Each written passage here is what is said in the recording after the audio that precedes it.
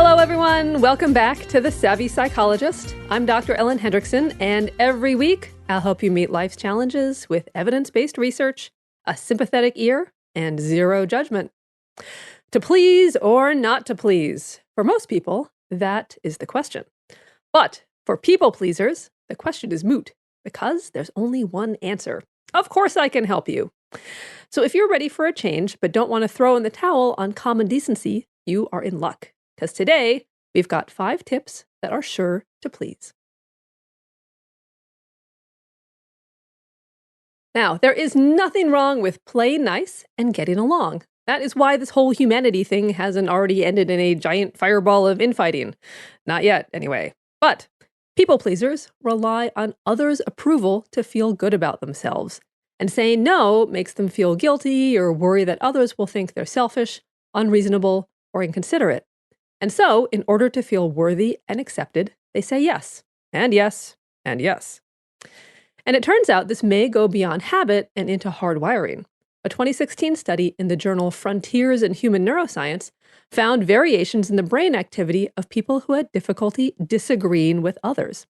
Specifically, the less often they disagreed, the more certain parts of their brain lit up in the fMRI scanner when they actually disagreed. But regardless of whether people-pleasing is brain-based or just a bad habit, constantly striving for others' approval while ignoring your needs and well-being takes a toll. And though people-pleasers may convince themselves that making others happy makes them happy, the self-administered pressure to manage others' emotions can be exhausting, anxiety-inducing, and even lead to depression.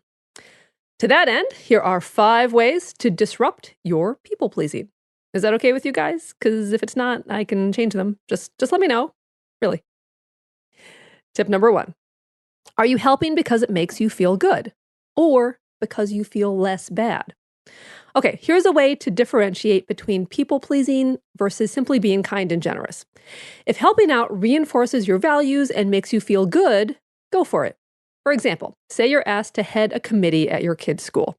If saying yes would underscore your value of contributing to the school community and make you feel happy and satisfied, even if it's a bit stressful, go for it. But if saying yes only allows you to avoid guilt and makes you feel overburdened and resentful, you're doing it for the wrong reasons. If you say yes simply to feel less bad, less anxious, less guilty, less sorry, it's probably driven by people-pleasing. Now, this doesn't mean you should stop being helpful and thoughtful and caring. It just means you should recognize whether you're doing something because you actually want to or because you'll, quote, feel bad if you don't. Recognizing the difference doesn't make you selfish, it makes you honest. Tip number 2, let your values be the driver of decision, not just whether you are asked or not. Okay, if currently the filter that decides whether or not to help out is, did someone ask me to do it, consider changing out that filter. Instead, ask, is this in line with my values and interests? Indeed, a 2013 study by happiness researcher Sonia Lyubomirsky recommended choosing activities related to one's values and interests in order to maximize happiness.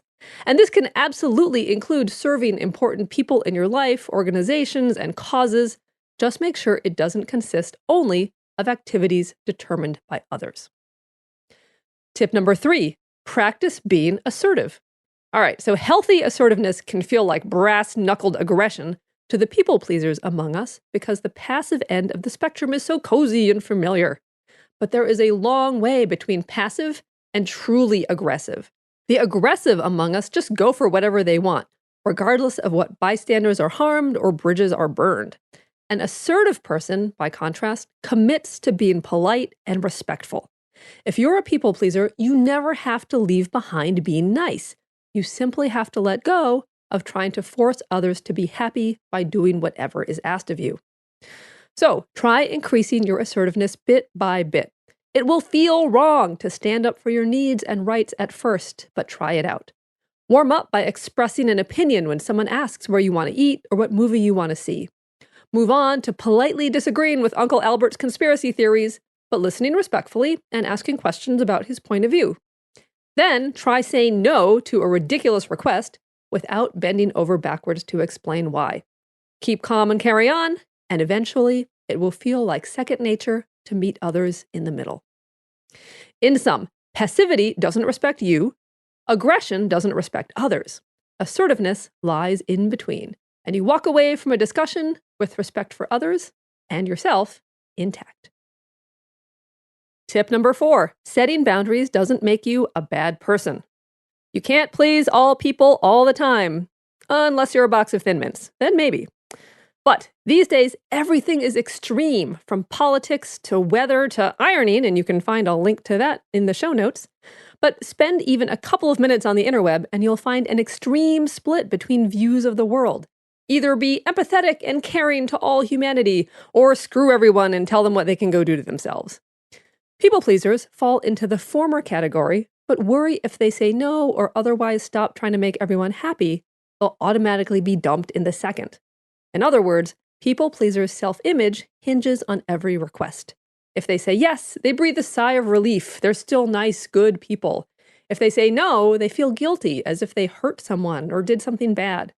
But it takes a lot more than saying no to watching your neighbor's 3 disrespectful kids while he watches football to break your moral character. Tip number 5, stop over-apologizing. People pleasers are always sorry. One of my clients joked she should introduce herself with, "Hi, my name is Joanna, and I am sorry." If you're a people pleaser, you mean only the best. Over-apologizing feels like it smooths things over and keeps others happy. But it can actually be a wee bit dishonest. So hear me out on this one. Apologizing when you did nothing wrong makes it appear as if you were in the wrong. It's an admission of guilt for a crime you didn't commit. What's more, it can make it look like others' outrageous requests or poorly thought out actions were reasonable and justified. So save true contrition for the times you actually screw up. And we all do. So to sum this all up, be a people respecter, not a people pleaser. Never hesitate to do the right thing. When your mother-in-law asks, go shovel her driveway. When your colleague asks, make a donation to get the office cleaning lady a nice Christmas gift. That's just being respectful.